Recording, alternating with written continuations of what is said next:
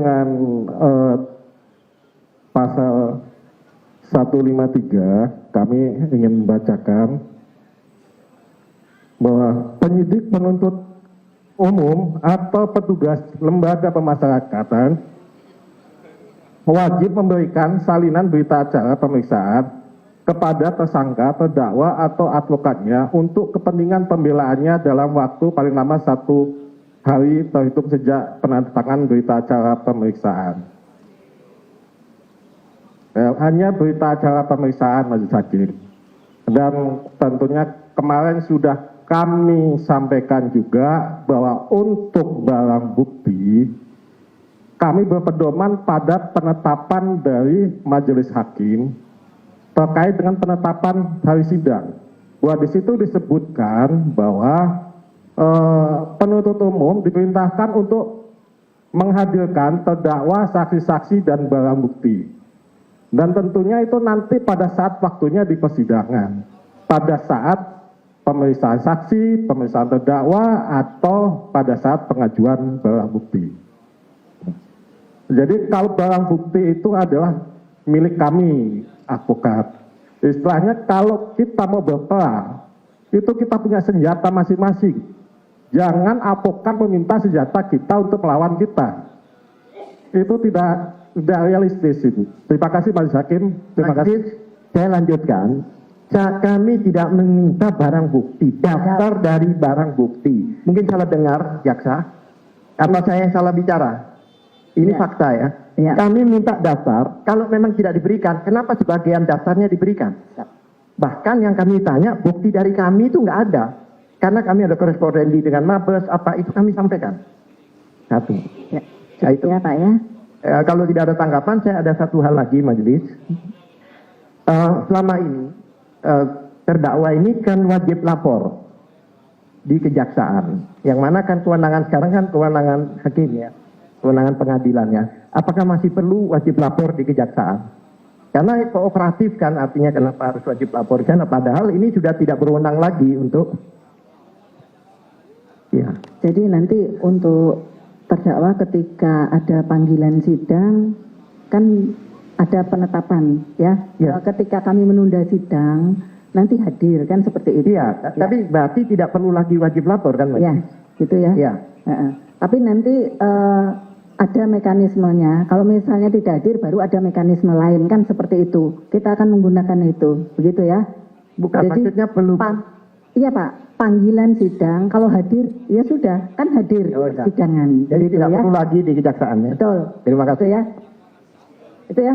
Jadi ini ya penuntut umum yang diminta beliau ini kan daftar ya, bukan barang bukti saudara tapi daftar. Kalau memang barang bukti nanti akan diperlihatkan di persidangan.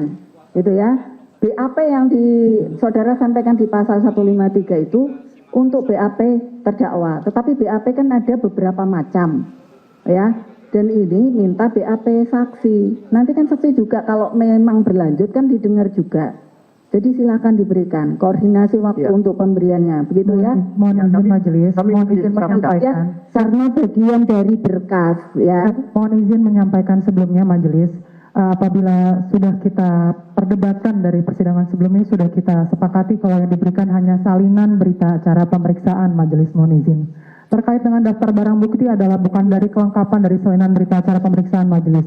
Dan apabila terdapat pertanyaan dari advokat terdakwa yang menyatakan kenapa barang bukti dari mereka tidak dicantumkan di dalam daftar barang bukti kami, nanti silahkan dari terdakwa akan mengajukan barang buktinya pada tahap pembuktian majelis. Itu adalah saya bingung juga. Kami tidak minta barang bukti. Iya. Kami hanya minta jadi di pasal 75 sudah ya. Jadi untuk dari berkas silakan diberikan. Mohon izin majelis, kami merasa sepertinya pengertian yang kami sampaikan sudah harusnya dimengerti oleh advokat terdakwa, jadi agar supaya tidak diperpanjang lagi majelis, mohon izin. Pasal daftar barang bukti tidak termasuk dalam salinan berita acara pemeriksaan. Terima kasih majelis. Majelis, ini hak kami majelis. Ya. Hak terdakwa.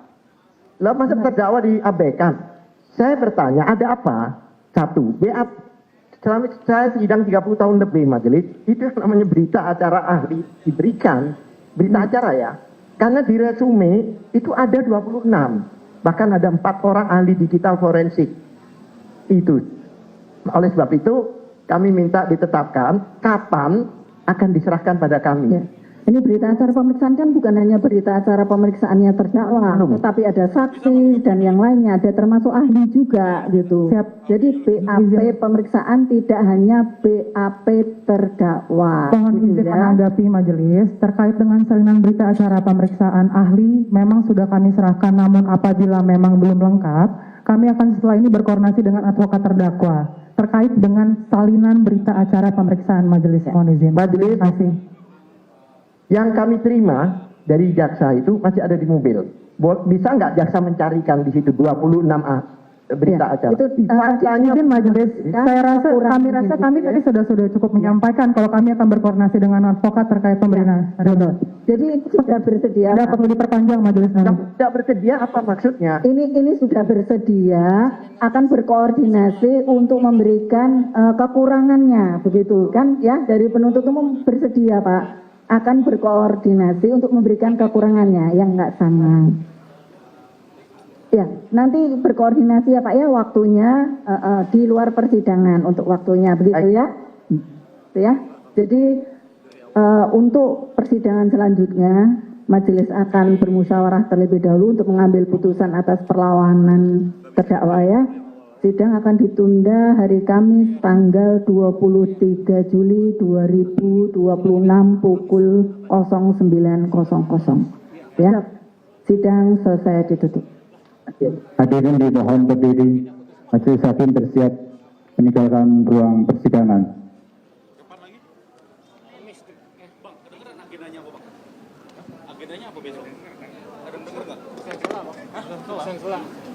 Recording in progress. Persidangan telah selesai. Kami meminta berita acara pemeriksaan yang merupakan hak kami, tapi tidak diberikan. Bahkan di persidangan manapun juga sesuai KUHAP, yang namanya berita acara itu termasuk berita acara ahli. Ada 26 ahli, termasuk 4 ahli digital forensik, itu tidak diberikan BAP-nya pada kami. Padahal kami ingin tahu di digital itu apa pemeriksaannya gitu. Apa benar diperiksa atau tidak. Tidak diberikan. Dan itu dihalang-halangi. Bayangkan, kami berani mengatakan kami tidak akan memberikan dan sebagainya. Hakimnya mengatakan harus diberikan karena itu adalah amanat dari KUHAP. Diharuskan. Nah, pertanyaan ada apa ini? 26 ahli. Kami tahunya dari mana? Karena ada di summary.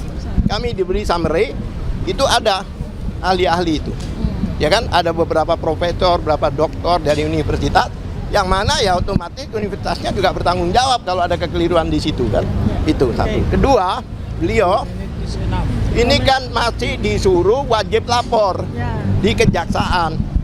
Kan sekarang itu kan kewenangan bukan kewenangan kejaksaan lagi. Kewenangannya ada kewenangan hakim. Makanya saya tanyakan, apa masih untuk wajib lapor? Hakim katakan sudah tidak perlu karena setiap minggu sudah kami hadirkan di persidangan. Terima kasih. Baik, teman-teman wartawan sekalian, Apakah ada keinginan Sebentar dari saya jawab, saya terangkan dulu.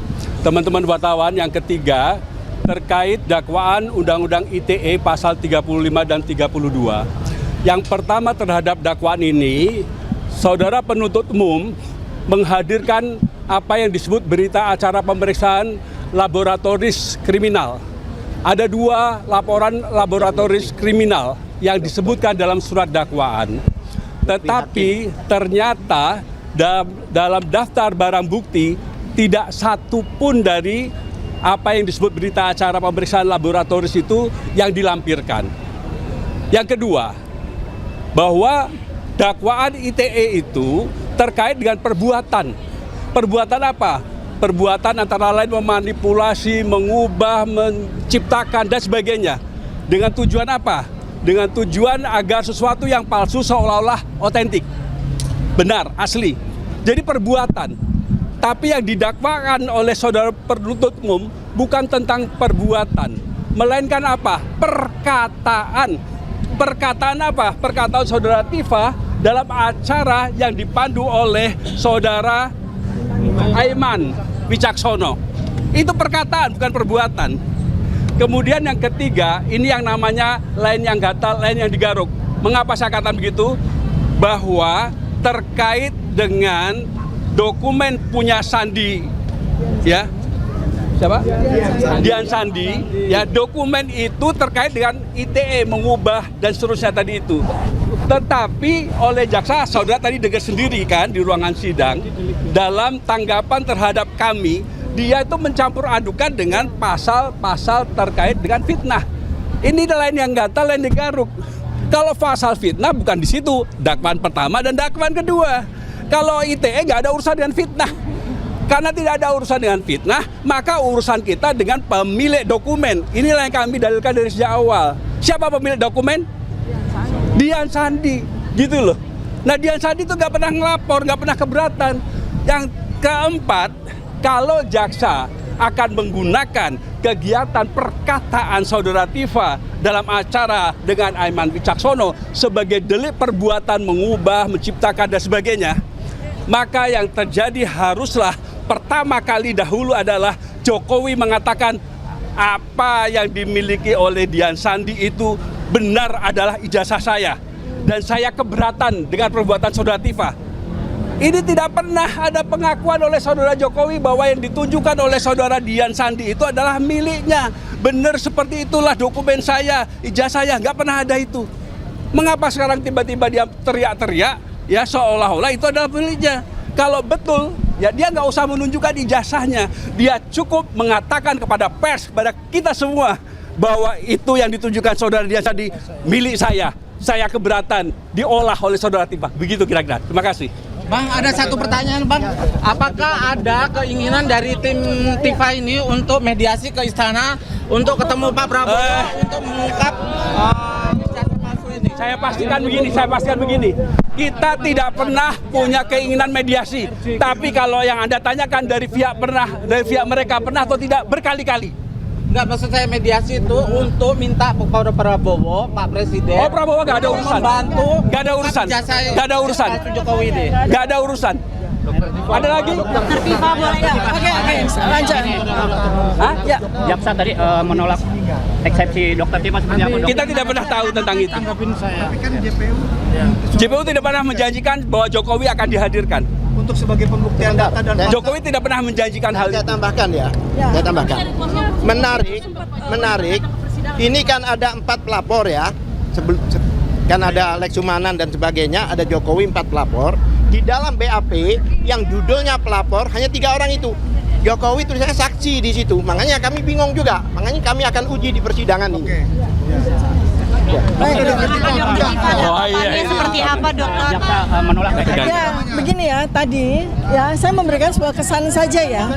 Ya, begini ya, tadi saya mendengarkan tanggapan dari JPU atas nota perlawanan yang kami berikan ya pada minggu lalu. Ya, kurang lebih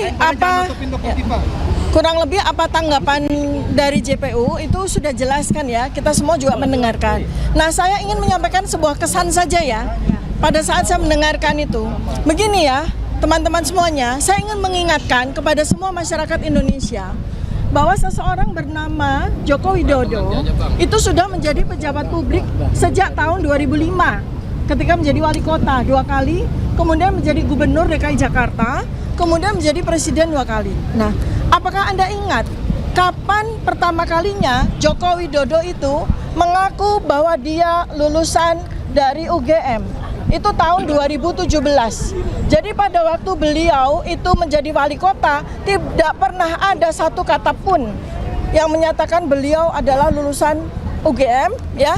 Dan kemudian tidak ada cerita ada pernah reuni, tidak pernah ada cerita membawa teman-temannya ke Balai Kota Loji Gandrung Solo ya, termasuk juga ketika beliau menjadi gubernur 2 tahun. Tidak pernah ada cerita beliau bikin reuni dan sebagainya. Baru pertama kali kita tahu dari acara reuni tahun 2017 UGM itu ketika seorang bernama Bambang Tri yang membuka kunci kotak Pandora itu dihukum 5,5 tahun di tahun 2016. Nah, sejak itu peristiwa ini bergulir. Nah, jadi ya saya ingin sampaikan ya bahwa yang bersangkutan itu ya di luar dari perkara yang kemudian dia laporkan, beliau tidak pernah ya, sungguh pun sudah menjadi pejabat publik selama 10 tahun, tidak pernah mengakui lulusan UGM, tidak pernah datang ke UGM, dan tidak pernah diundang oleh UGM. Itu adalah sebuah ketidaklaziman pada kampus kami UGM. Karena kampus UGM, kampus saya, itu sangat bangga dengan lulusan-lulusannya yang berhasil atau dianggap berhasil. Apalagi ini pejabat publik, apalagi ini adalah wali kota, gubernur, apalagi bahkan presiden. Tapi UGM sama sekali tidak pernah mengundang secara formal, secara resmi. Bahkan pada acara yang setiap tahunnya kami semua alumni UGM itu hadir, yaitu pada acara Dies Natalis ya, di mana kita itu melakukan perjalanan dari kampus UGM pertama, itu selalu ada napak tilas, itu selalu ada pejabat-pejabat. Contoh seperti Pak Ganjar Pranowo selalu hadir setiap tahun, tapi saya, Anies Baswedan, selalu hadir setiap tahun. Demikian juga dengan saya dan Mas Roy, Pak Mahfud MD, jadi semua. Tapi tidak pernah kami melihat ya Joko Widodo ikut satu kali pun dalam acara Dies Natalis tersebut ya. Nah, jadi kemudian yang paling penting tadi sudah disampaikan pada perkara ini ya, pada sidang hari ini yang paling penting sebetulnya adalah sesi yang terakhir ya teman-teman ya, masyarakat Indonesia. Anda semua bisa melihat betapa enggannya, betapa tidak maunya jaksa penuntut umum menyerahkan berita acara BAP dari ahli ya, sebanyak 26 orang ahli yang dihadirkan oleh Polda Metro Jaya. Padahal 26 ahli itu resumenya ada, tetapi di BAP mereka tidak ada. Ini sudah sidang ketiga. Karena seharusnya sebelum sidang berjalan, pada sidang pertama itu BAP sudah diserahkan kepada kami lengkap, selengkap BAP yang diterima oleh hakim. Tapi kami sudah meminta 3 kali, melalui surat sudah kami minta, melalui sidang juga kami minta, sampai sidang yang ketiga ini BAP yang kami terima itu belum lengkap juga, dan itu jantungnya. Itu yang paling penting, yaitu ahli dari Polda Metro Jaya dan 4 orang ahli digital forensik. BAP-nya tidak kami terima. Ya, BAP lab forensik itu tidak kami terima sampai dengan hari ini. Ya, itu yang paling penting di dalam sidang ini. Nah, mudah-mudahan kita semua berdoa agar minggu depan, di mana jawaban atas eksepsi kami itu diberikan dengan penuh hikmat kebijaksanaan, dengan penuh kecerdasan akhlak, hidayah dari Allah Subhanahu Wa Taala kepada para hakim, ya, supaya hakim memberikan keputusan yang seadil-adilnya dan sebenar-benarnya. Terima kasih.